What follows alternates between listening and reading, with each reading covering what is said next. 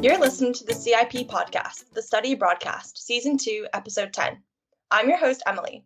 In this show, we explore the world of study abroad, offering advice, insights, and travel stories, bridging perspectives and cultures along the way. On this episode, we'll be speaking with an Education Abroad advisor from the Center for International Programs about the Global Skills Opportunity Travel Grants. Let's get right into it.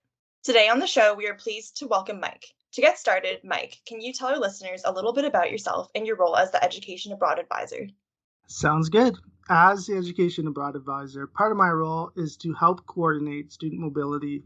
The Center for International Programs run a number of programs, including field schools, semester exchanges, research abroad opportunities, as well as other short-term summer programs. And we have about 120 partners in 30 different countries, so there's a lot of opportunities available for students.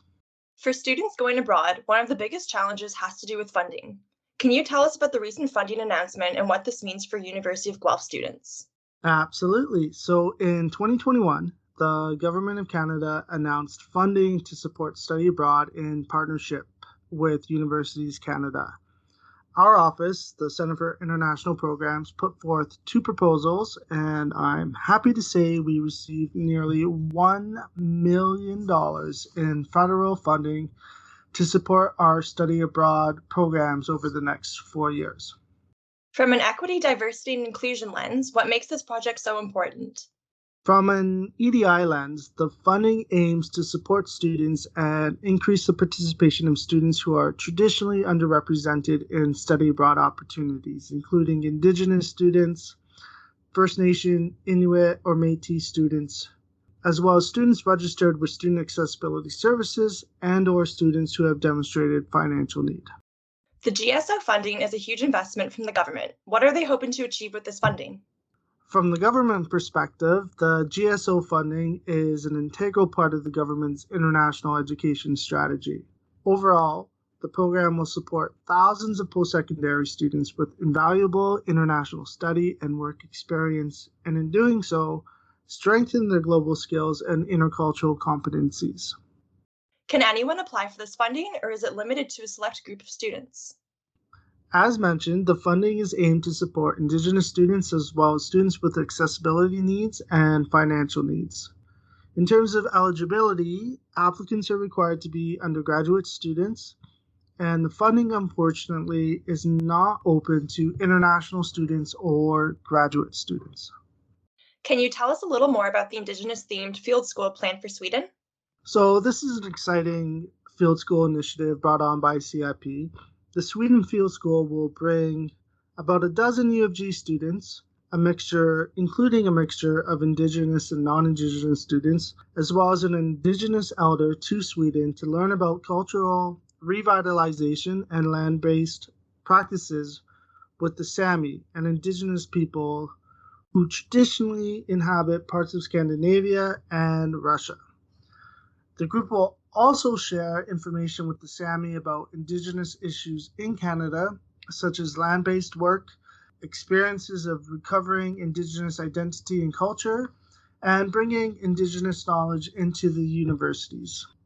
The group will visit various Sami organizations and some Swedish universities that are involved in research with Sami people. Additionally, the group will travel to northern Sweden to visit the Sami culture and the education center there, as well as visit with reindeer herders. So definitely an interesting program that will be running this summer.